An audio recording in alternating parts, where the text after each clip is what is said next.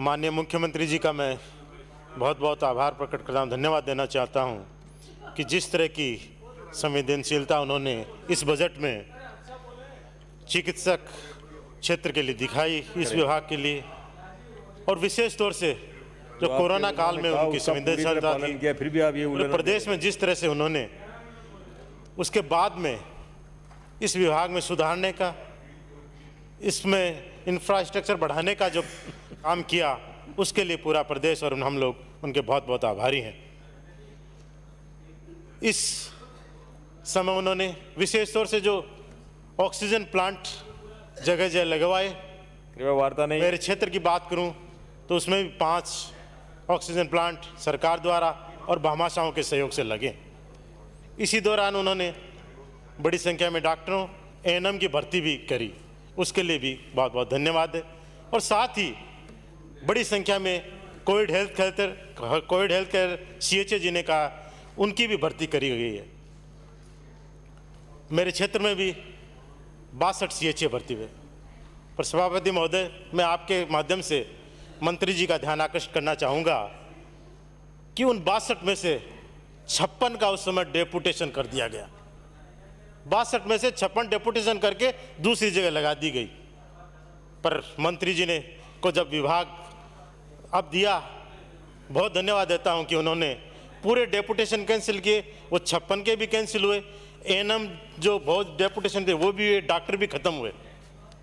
पर साथ ही बताना चाहूँगा कि शायद या तो आपकी जानकारी में नहीं है, या आपके जानकारी के बिना ही दोबारा वो खेल शुरू हो गया है, दोबारा डेपुटेशन का खेल चालू हो गया है। फिर डेपुटेशन है, इस तरफ आप ध्यान देवें, क्योंकि इस बार फिर अगर डेपुटेशन हुए तो जिस सब सेंटर पे, जिस PHC में अगर एक भी स्टाफ नहीं होगा तो वो जनता आपके यहाँ बंगले पे आके धरना दे देगी। सभापति, आप सोच सकते हैं कि 62 में से 56 डेपुटेशन, तो क्या हालत हुई होगी। अधिकारियों ने सोचा भी नहीं कि मुख्यमंत्री जी की क्या मंशा है, चिकित्सा मंत्री जी की क्या मंशा है, किस मंशा से उन्होंने ये लगाए। इन्होंने डेपुटेशन निरस्त किए और वापस वो खेल शुरू होने जा रहा है। इसी दरमियान ICU भी माननीय मुख्यमंत्री जी ने पिछले बजट में सुजानगढ़ के अस्पताल के शुरू किया, स्वीकृत किया, उसके वेंटिलेटर भी आ गए हैं।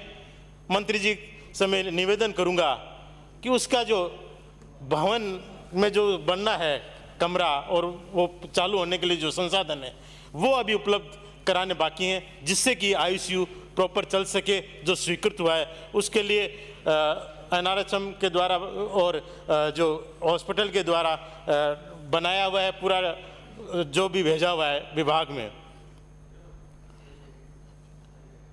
पिछली बार मुख्यमंत्री जी अपने बजट भाषण में सुजानगढ़ के अस्पताल को बढ़ाया था और विभाग ने वहाँ 21 डॉक्टरों के पद और बढ़ाए, उसके लिए बहुत बहुत धन्यवाद है। बहुत से डॉक्टर लग भी गए, पर जितने डॉक्टर्स और जितना बड़ा होता है उस हिसाब से एनेस्थीसिया के पद स्वीकृत नहीं है। एनेस्थीसिया के लिए का, क्योंकि ऑपरेशन के एनेस्थीसिया का डॉक्टर किसी के लिए भी होना बहुत ज़रूरी है। विशेष तौर से जब सर्जन अलग हो, MCH विंग अलग हो रही हो, तो दोनों जगह अलग अलग डॉक्टर चाहिए। उसके लिए मैंने निवेदन किया था कि इनमें से भले MO के 2 पद 4 पद कम कर दो, उसकी जगह 2 एनेस्थीसिया के पद और स्वीकृत करो, ताकि एनेस्थीसिया के डॉक्टर यहाँ लग सकें। जब मैं पहली बार बोल रहा था उस समय भी कहा था कि सुजानगढ़ का जो अस्पताल है वो बहुत पुराना है, भामाशाहों के सहयोग से उस समय बना था। उसके बाद आबादी बहुत बढ़ गई, शहर के वो एकदम बीच में है, कंजस्टेड एरिया है एकदम, जहाँ एक तो अस्पताल में पार्किंग की बिल्कुल भी व्यवस्था नहीं है, जगह नहीं है, व्यवस्था की जगह मैं कहूँगा उसमें जगह नहीं है कि एक एम्बुलेंस भी खड़े हो सके। और दूसरी, अब रास्ता ऐसा हो गया कि वहाँ एम्बुलेंस को जाने में भी दिक्कत होती है पूरा, तो उसको बाहर शिफ्ट किया जाए शहर से, जिससे कि एम्बुलेंस के लिए दिक्कत हो, रोगियों के लिए भी सहायता मिले, क्योंकि एकदम शहर के बीच में आ गया। आज के समय में हम देखते हैं कि बिना पार्किंग के, जहां एम्बुलेंस जगह नहीं हो, तो वहाँ रोगियों के और पेशेंट्स और उनके अटेंडेंट के वाहन होंगे, उनकी क्या हालत होती होगी। एक सड़ू बड़ी जिसकी सीएचसी का मसला बहुत लंबे समय से चल रहा है, उसको पीएचसी से सीएचसी में क्रमोन्नत करने का मैं आपसे आग्रह करूंगा। इसके अलावा जो बड़े कस्बे हैं, जिनकी 10-10 हज़ार से ज़्यादा आबादी के जो गांव होंगे, गांव को, कस्बे को, वहाँ अभी भी सब सेंटर चल रहे हैं, जोगलसर, मलसीसर, लोटसर, जिनकी आबादी 10-10 हज़ार से ज़्यादा है, उन सब सेंटर को पीएचसी में क्रमोन्नत किया जाना बहुत ज़रूरी है। माननीय मुख्यमंत्री जी ने इस बजट में भी बहुत सी पीएचसियाँ स्वीकृत की हैं और भी उनका इरादा है पूरे राजस्थान में कर रहे हैं। अभी 1000 सब सेंटर बढ़ाए हैं, उनके लिए भी मैं बहुत बहुत उनका धन्यवाद देता हूं कि वो 1000 सब सेंटर भी आने वाले समय में राजस्थान में खुलने जा रहे हैं। दूसरा जो आबकारी का है, उस पर मैं पहले अपने भाषण में इस सदन में मैंने शराबबंदी का मुद्दा उठाया था कि क्यों न प्रदेश में माननीय मुख्यमंत्री जी शराबबंदी लागू कर दें, ताकि बहुत सी जनता, बहुत सी महिलाएं, बहुत से घर जो इस कार्य से उजड़ रहे हैं वो हो जाएं। और दूसरा, अभी जो एक इस विभाग में देखने को मिल रहा है, मुख्यमंत्री जी की मंशा है, उन्होंने घोषणा भी की एक भी दुकानें नहीं बढ़ी जाए, पर फिर भी ब्रांचों के नाम से दुकानें खुल रही हैं जिन पे कोई रोक टोक नहीं हो रही। कहते हैं तो विभाग की तरफ से उनकी तरह कि टारगेट है,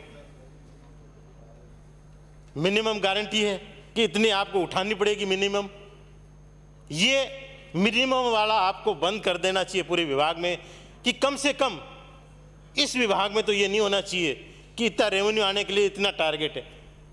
उस चक्कर में आज आप शहर में निकल जाओ, बड़े बड़े बैनर लिख रहे हैं कि भारी छूट। ये कोई छूट देने वाली है? और जहां स्वीकृत नहीं है वहां वो बेचते हैं।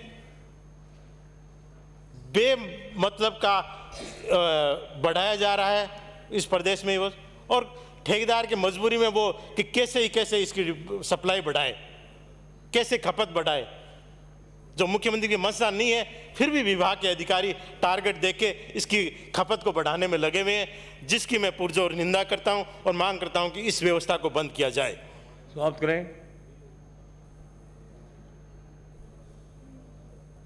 एक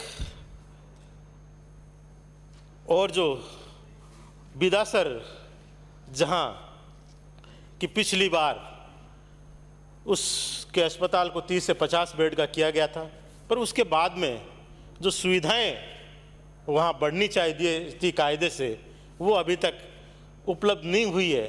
शहरी पीएचसी है तो अपन जानते हैं कि शहरी पीएचसी में डॉक्टर्स की भी दिक्कत आती है, और उस हिसाब से सीएचसी है, उस हिसाब से जो पद बेड बढ़े हैं, उस हिसाब से पद और स्टाफ भी बढ़ना जरूरी है, सुविधाएं भी बढ़ना है। ये मैं आपसे आवेदन करता हूं।